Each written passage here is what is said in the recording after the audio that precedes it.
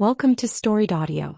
Michelle pulled her cardigan tighter around her shoulders as she sat alone in the little cafe on 5th Street. It had been one of those days, the kind that drains you before it even begins. Her car had broken down on the way to work. The mechanic had shaken his head, muttering something about 2 days in the shop. And she still had to figure out how to pick up her 7-year-old daughter, Emily, from school. With a sigh, Michelle typed out a quick message to her best friend.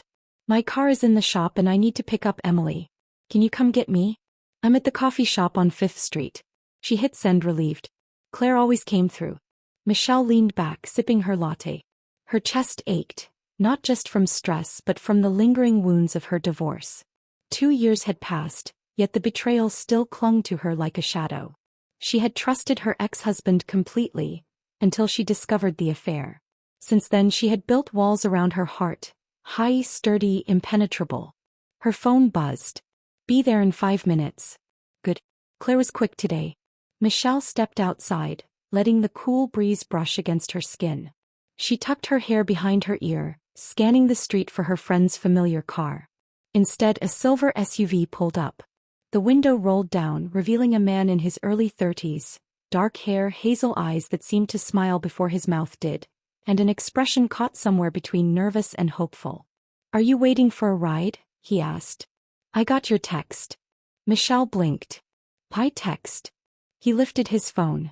"You said your car's in the shop and you needed someone to take you to pick up your daughter." Her heart dropped. "Oh no. I didn't mean to text you. I must have misdialed." He chuckled softly, scratching the back of his neck. "Well, maybe it was fate. I was just around the corner.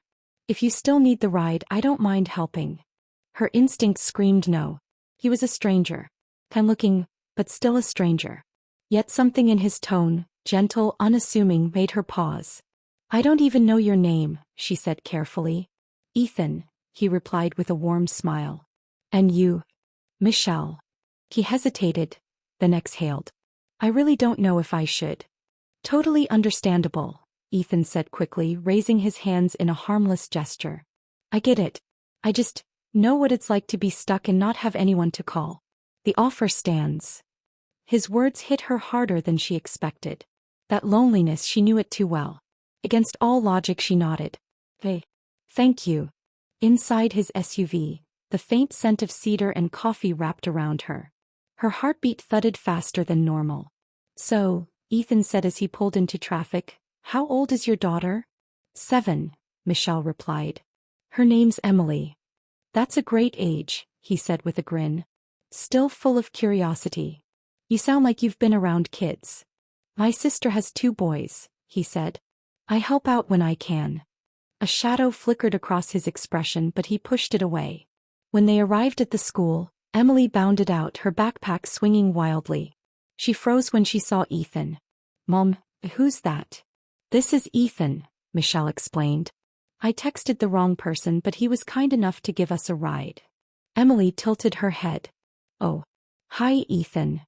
"Hey, Emily," he said warmly. "Nice backpack. Is that a unicorn?" Emily's eyes lit up. "Yes. Do you like unicorns?" "Love them," he said. "But dragons are cooler." Her jaw dropped. "Dragons breathe fire." Soon Emily was peppering him with questions.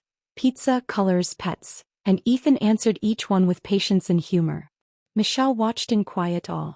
Emily never warmed up to strangers this fast.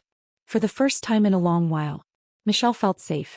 When they reached her house, she hesitated. She owed him more than a quick goodbye. "Would you like to come in for coffee?" she asked, surprising even herself. Ethan smiled shyly. "I'd like that."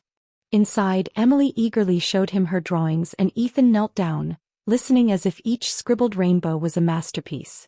Michelle's chest tightened. Her ex-husband had never shown this kind of patience. Never looked at Emily like she was the center of the world. Over coffee, Ethan told her about his job in IT, his love for hiking, and the dog he used to have. His voice wavered when he admitted, "I was engaged once. Thought I had it all figured out. But she wanted someone else." Michelle's heart clenched. "I'm sorry." He gave a half smile. "I'm guessing you've got a story too?" "Married young," Michelle whispered. "Trusted the wrong person. He had an affair. I'm still careful." Ethan's eyes softened. Me too. Silence settled between them, not heavy but understanding. Healing. When Ethan finally stood to leave, Michelle walked him to the door. He hesitated on the porch. Listen, he said slowly. I know this started with a mistake. A wrong number. But it doesn't feel like a mistake to me. Would you want to see me again? Michelle's heart pounded. She thought of her walls. Her fears. Her past. But then she thought of Emily's laughter. Ethan's patience. The way she felt alive for the first time in years. Yes, she whispered. I'd like that. His smile lit up the evening. What started as coffee turned into walks in the park, Friday dinners, and bookstore trips where Emily insisted Ethan read every title in the children's section. They tread carefully at first, sharing small things before daring to reveal their heartbreaks. Michelle confessed her sleepless nights, wondering if she was enough. Ethan admitted he still sometimes dreamed about his ex, wondering why he wasn't worth staying for. And slowly, they healed each other. One evening, as they watched Emily chase fireflies on the porch, Ethan reached for Michelle's hand.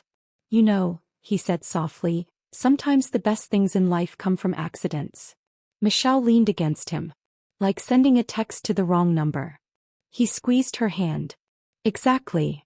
2 years later, their wedding invitations carried a simple line. It all started with a mistake. The best one we ever made. And everyone who knew their story smiled. Because sometimes love doesn't arrive when you plan it. Sometimes, it arrives in the form of a stranger answering a text that was never meant for him, but meant for him all the same. Subscribe to the channel for more audio stories.